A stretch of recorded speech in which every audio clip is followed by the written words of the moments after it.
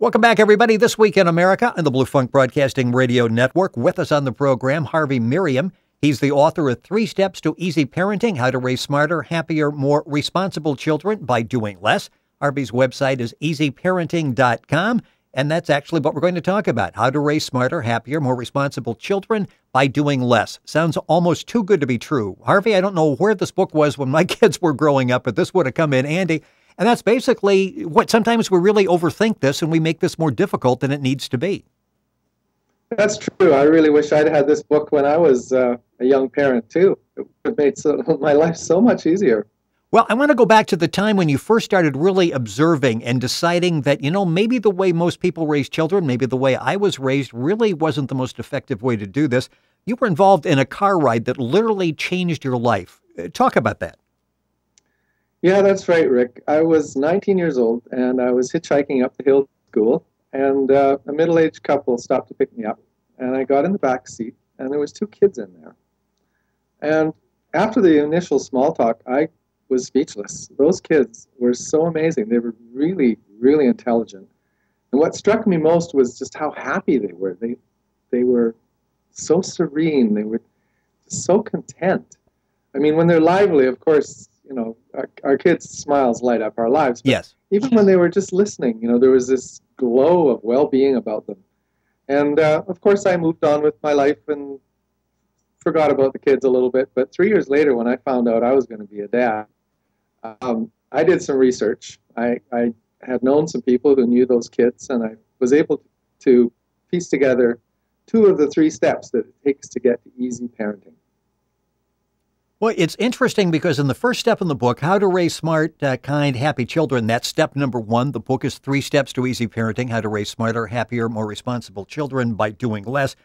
You talk about providing a safe place. Let's talk a little bit about that and then talk about, sometimes when you talk about providing a safe place, some people think, well, maybe we'll overdo it. We'll spoil the child. There has to be some punishment involved in this.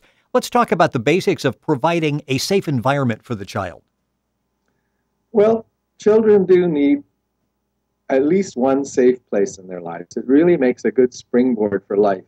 If their home is completely free of fear, completely free of yelling and aggression, they really thrive on just knowing that they're always safe and that their parents always have their back. Their parents love them and accept them at all times. And I know it seems like we need to punish our children, but in fact, they have a whole set of motivations that they're born with. That they're curious, they're good at learning, they want to know what's expected of them, and it's possible to engage with that and never actually need any kind of punishment. You do a great analogy in the book, and I can relate to this because we had one of these radios. It's the old tube radio. It's got the cardboard in the back. You would get the static that would come in, and you could make that static go away occasionally by banging the side of the radio. Explain the analogy and why that's so appropriate and how we're raising children. That's right. Those old radios were pretty amazing. They were beautiful things. At nighttime, you could look in the back, and there was like a little fairy city in there with all the little glowing tubes. Anyway, yeah, they would get static, and in our family, we'd whack the top of the radio quite hard. And often it would switch to a squeal, and then we'd whack it even harder, and then it would go to some other stuttering sound. We just kept whacking until it worked, and it didn't seem to damage the radios. And kids were treated that way, too. They got whacked, maybe not quite as casually, but they got whacked a lot. I got whacked a lot. It was part of life in those days. Not our parents didn't hate us, but that's how they knew to get the behavior they wanted. And over the last couple of generations, attitudes have changed. And I like to think that maybe it relates to the fact that we live in an age of computers now. And we may feel like whacking our computers, but we don't. If you smack the keyboard of your computer or hit the screen, you're going to make the malfunction worse. And parents see the children the same way now. They realize that, yes, children may malfunction sometimes, but hitting them's not going to make it worse. Hitting them is going to make it worse, almost for sure. Yelling at them is going to make it worse. Children need to be treated with gentleness and respect.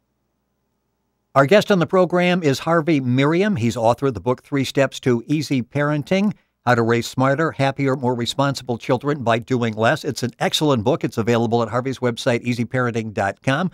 Available at other outlets as well. And, of course, more information on our website, thisweekinamerica.us, and you can link on and get some of that information.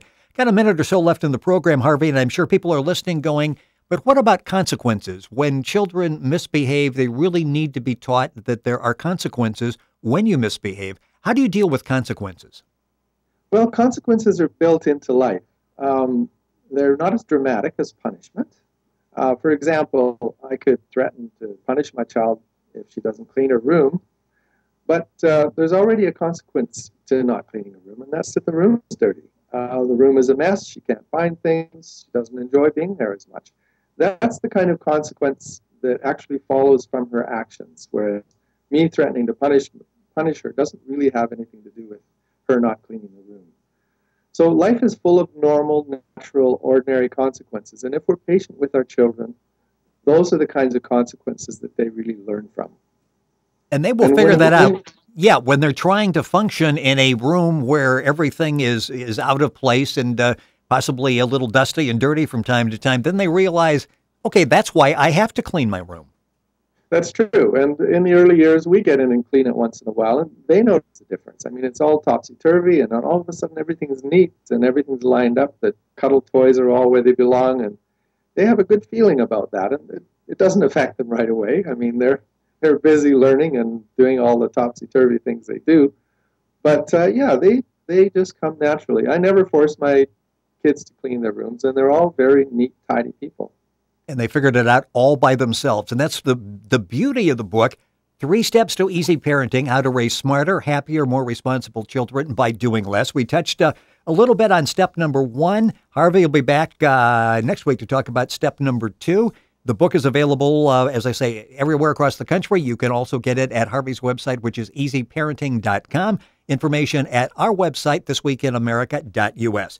Harvey, thank you for joining us. Looking forward to having you back, and thanking you, everybody, for listening to This Week in America on the Blue Funk Broadcasting Radio Network.